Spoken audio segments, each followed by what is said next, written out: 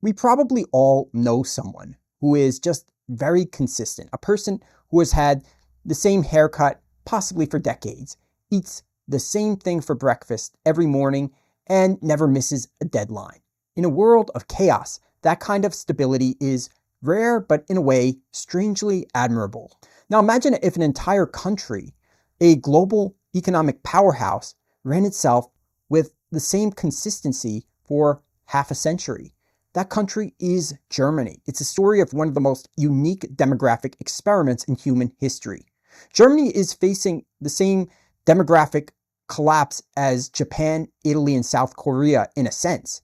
But unlike those countries, Germany's story didn't start in the last decade or the decade before that. It started over 50 years ago. In 1972, Germany became one of the first countries in the world to hit the demographic death cross, the moment when deaths officially and permanently begin to outnumber births. By all conventional logic, the country's population should have started a long, slow, painful decline. But the population didn't decline. In fact, since that day, the German population has grown by over 6 million people, from around 78 million to 84 million. In fact, since 1972, the German population has actually grown by over 6 million people. So how is that possible? It's a word you've probably known and you've probably guessed. It's called immigration. For 50 years, Germany has relied on a steady, planned, and remarkably consistent flow of new arrivals to not only stay afloat, but to grow. And this is not an accident, it is their strategy. And the most shocking part of this strategy is how stable it was.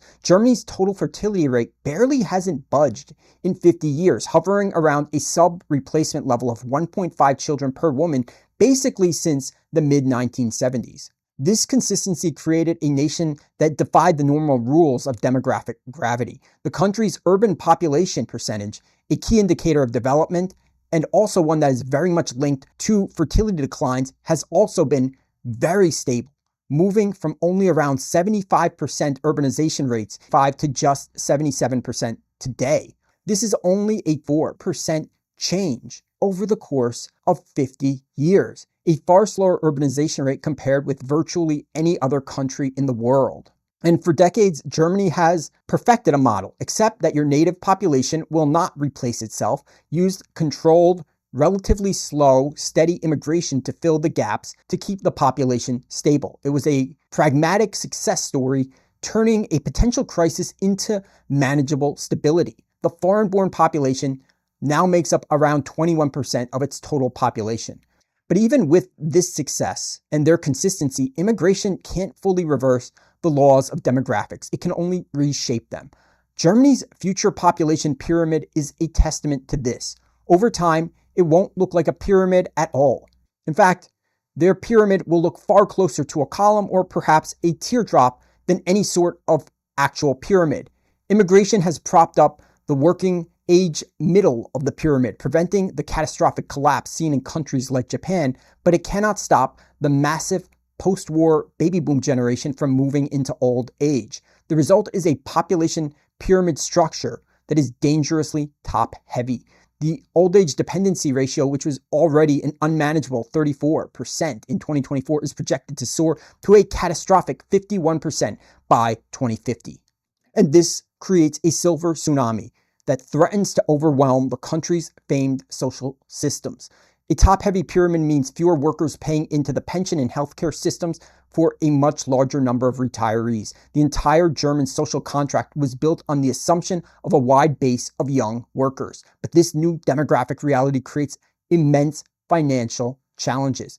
Even with continued high levels of immigration, Germany's working age population is projected to shrink by potentially 4 to 6 million people by 2035. And this strategy began with the guest worker programs of the 1960s, which brought in millions, primarily from Turkey, to power Germany's post-war economic miracle. Many of them never left, becoming the foundation of a new multicultural Germany. For decades, this system worked like a well-oiled machine, keeping the population stable and the factories running. By 2014, Germany had a population of around 81 million people, up from 78 million back in the 1970s, and Germany was widely seen as sort of a gold standard of managing population despite having major demographic challenges. Then in 2015, the machine, in a sense, broke. The long-standing policy of gradual, managed immigration was shattered by a historic refugee crisis. In the span of just 2 years, Germany took in over 1.2 million asylum seekers, primarily from Syria, Afghanistan, and Iraq. It was a humanitarian gesture, yes, famously summed up by Chancellor Angela Merkel's phrase, "Wir schaffen das," we can do this. This single event caused the population to surge from 81 million to 84 million in just a few years. And this sudden influx of immigration was a radical departure from the decades of steady, predictable migration. It created a powerful social and political backlash. And it could be said the new wave of immigrant asylum seekers had great difficulty assimilating to German society, with some extremists creating high-profile situations of violence. The Alternative for Germany Party, the AfD, was a small anti-Euro party that transformed almost overnight into a powerful anti-immigration force. Before the crisis, they were polling in single digits. By 2017, in the federal election, they stormed into parliament with 12.6% of the vote, becoming the official opposition. But this wasn't just a political shift, it was a societal one. While many Germans embraced the humanitarian mission, the sheer scale of the influx of immigrants strained social services and ignited fierce debate about integration and national identity. Support for the AfD continued to grow, winning 20.8% of the vote nationally in the 2025 election, making it the second most popular party in the country.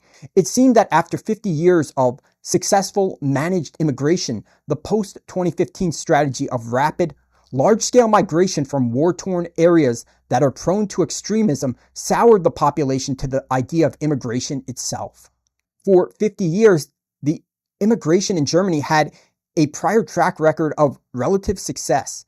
Though some in this world may try to argue everyone is the same, some degree of coexistence and assimilation needs to occur or societies will begin to fall apart. From the outside looking in, it's easy to argue that if Germany had maintained its previous course, keeping their population closer to a stable 80 to 82 million and being more selective of who they let in, it might have avoided this intense political polarization. But Germany's dilemma is about to become the world's dilemma. We are standing at the edge of a complete paradigm shift in global migration. The world's total fertility rate is currently around 2.2, but it could fall to below the replacement level of 2.1 for the first time in human history as early as 2030. Think about what that means. For the last century, aging countries like Germany could draw from a vast global pool of young, ambitious people from countries with high birth rates. In the coming decades, that pool of the best and brightest is going to start drying up. The supply of potential immigrants is set to shrink dramatically with each passing year, just as the demand and competition from every aging developed country that needs new people explodes to levels never seen before. And this will likely trigger a fierce global war for talent. Countries will no longer be able to simply open their doors. They will have to compete aggressively for a dwindling number of skilled workers. Germany is already preparing for this reality. Despite the social tensions, the government passed major immigration law in 2023 to make it easier for skilled workers from outside the EU to come to Germany, recognizing they need at least 400,000 new skilled immigrants every single year just to maintain the status quo. But in a world where fertility rates are declining at record levels, we must ask ourselves, are the immigrants of the future highly skilled? Will there be issues with integration? Will they be able to choose the best and brightest? Or will the talent pool continually dry up? But that is a question for another day. Whether Germany can find success with immigration long-term is doubtful as global fertility rates drop below replacement levels. But we should ask ourselves, is Germany a model for the world or a cautionary tale? And the answer may be both.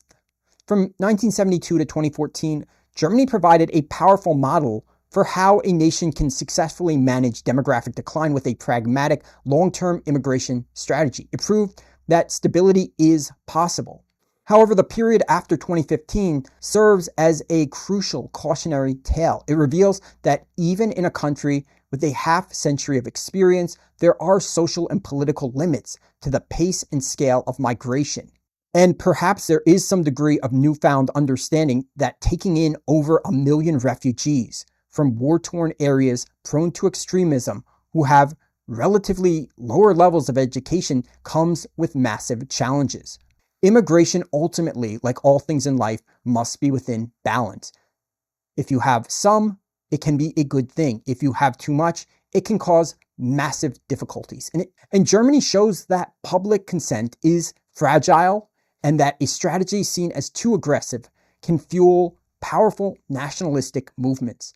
Germany has demonstrated that immigration can be used as a tool for a country's survival, but it has also provided a stark warning about the challenges ahead in a future where every aging nation will be scrambling for the same increasingly scarce resource: youth.